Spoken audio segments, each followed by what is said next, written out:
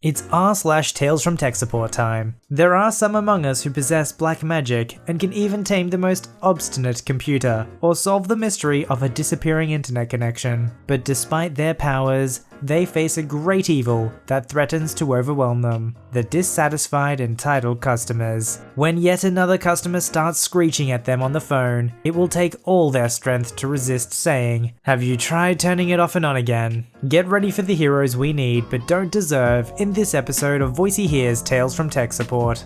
This story was called "They're Spying on Me." Alright, story time from when I worked at the world's worst ISP. I worked as upper level tech support, getting the cases tier 1 and tier 2 couldn't fix. Phone beeped, as it does to alert me someone wants to talk to me, and I go through my company required paragraph introduction about how I'm here to help you and save the day, then give you a loving kiss on the forehead as I tuck you in for the night. Then I hear silence. Nothing. Well, almost nothing. I hear a very faint whisper, just real quiet like, so I inquire if someone is there. "Can I help you?" The whisper comes back, only slightly louder this time. "I'm sorry, I'm having a hard time hearing you." Her, still whispering, but at least audible right now. "They're listening. We have to keep this conversation quiet." Who's listening? "Shh, quiet. They'll hear. I'm being hacked. I can hear them on the phones. Little clicks and beeps.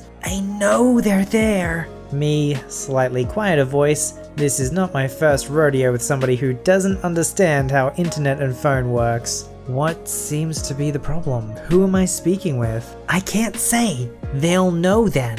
I already told you I'm being hacked. I think they're outside cutting into my phone lines." "Well, if you can just give me your first name and last initial, I can start account verification." "Helen J." "Okay, would it be okay for me to call you Helen?" "No, I prefer Mrs. Jones." "Okay, not a problem, Mrs. Jones." It is at this point I send a message to my manager that I have an interesting call that I might need help on. He sends a message back saying, "Yeah, I got it on speaker back here, and we're all cracking up. Just keep doing your thing and don't forget to verify the account. Thanks for your support, Chris. You're 1 in a million. I'll need to verify your passcode before I can open your account. Can you please let me know what it is?" "I can't tell you that. Then they'll know. I know they're listening right now." "Well, if you're afraid of this, what I can do is verify the account, then put a note on it saying not to accept the current password. Then tomorrow morning you could go into a local store and have them update your passcode. But without it, I can't get the account open and won't be able to fully assist you with your issues." "They'll hack my cell phone and get the passcode from me again as soon as I leave the store. Plus, what's going to keep them from going in and changing it before I can get there?" "Well, we require a photo ID as well as a copy of your bill to make an account change like that. I can also note on the account that no one should change the passcode until you show up to change it." 3432. "Alright, one moment while I pull open your account, please." It is at this time a large information flash pops up on her account, a rather long one, appended multiple times by multiple departments. On this date, member says being hacked. Hung up phone when I asked her who she thought was hacking her. Tried calling back, no answer. Modem went offline shortly after. The next day, member called on cell phone. Said computer not working and digital phone service not working. I noted her modem was down and asked her to reset it. She said it was unplugged. Asked her to plug back in. Member screamed, "I'm the hacker," and hung up. The next day, member demanded we send dispatch to check for hackers online when tried to set date. She refused to tell me when worked, because hacker would just not be there at that time. Hung up. On the 26th, field tech called in. Member modem was missing, found in closet, along with cable boxes. Set equipment back up, looked around for hackers. Assured customer, none were here. 2 days later, field manager called in. "Do not dispatch until you verify member has not unplugged modem and hid in closet again." 5th dispatch for same issue. Well, this just got interesting fast. And of course, from the back of the office, I hear my manager laughing as the account flash shows up on his end, followed by, "Hey Sonia, come check this out." Seriously, thanks for the help there, Chris. "Okay, Mrs. Jones, I see in your account history that..." "Did you hear that click? They're back in. It's illegal for them to do this. Tell them it's illegal to do this." It's illegal for hackers to do what they're doing. tell them you'll find them. Well, we will find you. We can do that. That's right, you bastards. He's going to find you, and then you're going to go to prison for a long time. Ha! Take that. Alright, so what else can I help you with today? My TV isn't working, and my phone isn't working. I had to call in on my cell phone. I quickly check her modem status, and it is of course offline. I notice your modem is unplugged. Can you check for me and see if the power has come unplugged from it? I unplugged it so they would quit hacking my computer. Well, your modem is where your phone services come from as well. If it's offline, then your phone service won't work. It's also not possible for them to hack your phone line, because it's digitally encrypted, then sent from your modem directly to our system office, where it is directly connected to the person on the other side. You know they have boxes that read the round dots. You're one of them, aren't you? No, of course not. I knew I shouldn't have given you my passcode. As I said, you can go to the store tomorrow and get that changed. If you plug your modem back in, your phone services will begin working again. If you leave your computer off, there's no way they can hack into it. Oh, they're tired of seeing me at the store. It is at this point she hangs up on me, and my manager calls me to his office to give me a call observation, in jest, about how I could have improved my customer service in this situation and provided a better resolution to the service. I told him to give me one of the boxes that reads the round dots. Obviously the caller was completely paranoid. It's as if she watched like some hacking movie or read like one article online about internet security and then just like completely flipped out. Before the internet, people's paranoia made them believe that people were stalking them and things like that. I guess in the digital age it's the same thing, and it's even worse because somebody could be anywhere in the world of me doing it.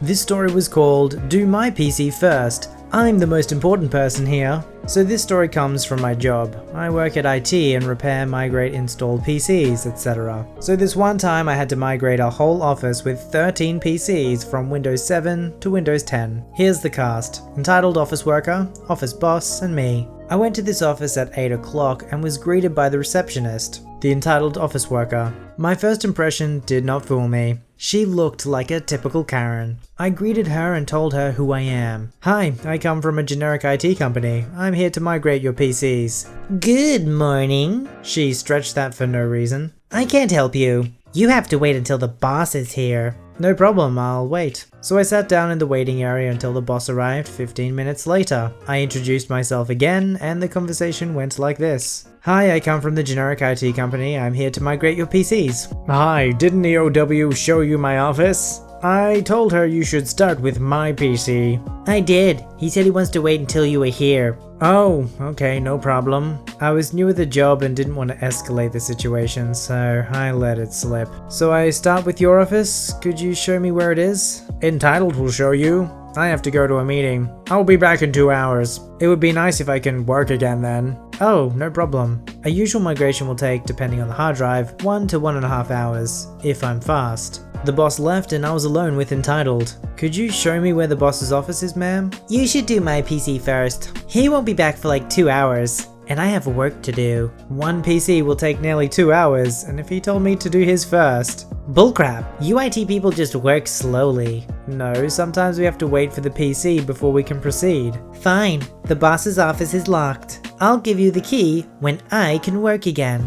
I was so done at this point, but I had to remain friendly because I did not want to lose my job. Ma'am, I can try to do both PCs parallel, but you have to open the boss's office, please. No, I have work to do. Do my PC first. She went loud, nearly screaming. There was nothing I could do, so before I do nothing, I started with her PC, and the whole time she was standing right behind me and complaining that this is taking too long. If an IT guy is fixing your PC and it's taking longer, please don't do this. So I was nearly finished with her PC and the boss arrived. Oh hey, you already on the second PC? No. Then Entitled interrupted me. No, he did my PC first and he is working so slow. If he wasn't so slow, both our PCs would be ready. I was shocked. She saw me working and saw that I could not work faster. The boss to me. I told you should start with my PC, why didn't you do that? She told me to do her PC first. No, he is lying. No, I'm not. She told me that your office is locked and she wouldn't open it until she can work.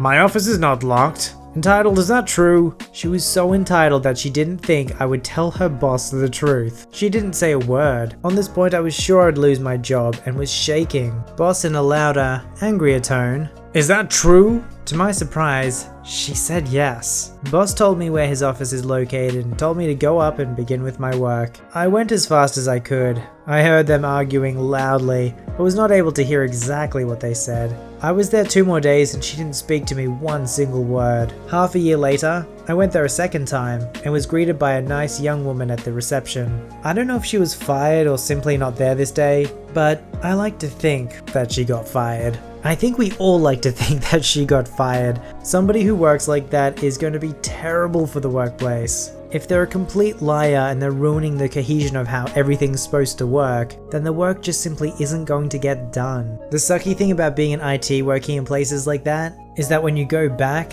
you then dread, like, I really don't want to see that person there again. So it would have been such a relief knowing that there was a different receptionist there for at least that day.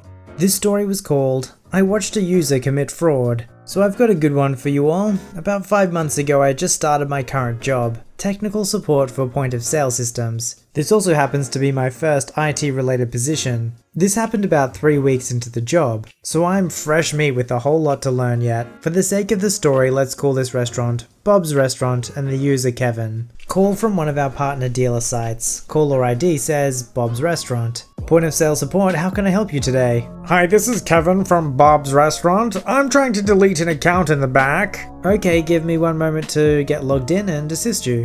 We use a remote connection program on all of our sites. The back computer acts as a server for all the point of sale stations. Gets logged in. Alright sir, could you show me which account you're trying to delete? Yes, it's this account here. User hovers mouse over an account with more than $3,000 of balance. It's important to note that accounts act as tabs. Customers can come in and put items on their accounts, and then come in at a later date and make payments on their accounts to reduce the balance owed. So this account to have a $3,000 balance means that that account owes $3,000. Okay Kevin, give me a moment here. Me to my supervisor. Hey, this guy wants to delete an account with $3K on it. No way we're allowed to do that, correct? No, not with a whole lot of security questions and documentation to cover ourselves in case of an audit. You said your name was Kevin? Could I please get your last name and position at the restaurant? My name is Kevin Blank, I'm a general manager. Okay Kevin, what is the reason for deleting this account? What's with all these security questions? I shouldn't be getting interrogated. I have a request and it's your job to do it. At this point I knew some fishy stuff was going on. I apologize Kevin, but I'm going to have to discuss further actions with my supervisor as I cannot authorize the deletion of an account. It's company policy to not do any actions that could compromise a restaurant's profits or cause legal repercussions. This is a huge red flag. Me to supervisor. So the guy says he's the GM, but this seems a little off to me. He got real defensive when I asked him some questions. Okay, let me take a look at what we got. Looks over my notes. We discussed the possibility of fraud. As we are discussing it, I hear over my headset, Frick this, I can do it myself. Kevin immediately selects the account and hits delete. Hits the confirmation, and boom. Just like that, an owing balance of $3,000 is gone. He immediately hung up afterwards. My supervisor told me to log everything and be as detailed as possible, including timestamps, and include the call log. This was forwarded to my boss and later to the restaurant owner, who confirmed with us that the account was held by Kevin's close friend. I am not aware of what happened to Kevin, but I have my assumptions. This was my first taste of how awful people are at times. He cost the restaurant $3K. Moral of the story, note down everything, no matter how insignificant you think it is. It may very well protect you in the future. It's good that they logged everything that they were doing, but my guess is because Kevin was the one who actually deleted it, they would hold no responsibility for what happens next. I don't know if it's a good or bad thing that sometimes the awful people are also the stupid ones. Like he's going to commit fraud and yet he somehow gets other people involved in the matter, who can then record and log everything he's doing. Probably not a smart idea, dude. This story was called Client Doesn't Like Their Own Work and Refuses to Pay Their Salesman. So for a bit of background, my day job is management in a foundry, but I own a small business where I can make custom computers and sell one-offs as well as support those. Mix in some data recovery and I've got a healthy business as a hobby that gives me some extra money and more leverage in turning the problematic potential customers away because I can afford to do that. That being said, I'm usually pretty good at picking up on customers who smell like BS and finding the right way of saying, I will not be able to provide you with what you need, and overextending customer didn't really trip those. He's got a fairly decent idea of what he wants and is pretty good at telling me that. He wanted a system that would get him 60 frames per second in his games, can stream and host Minecraft servers simultaneously. His other thing is he wanted something that looked badass, and luckily I had a system I had assembled from used parts and was getting ready to sell that would fit his bill. He comes to the first problematic conversation between overextended customer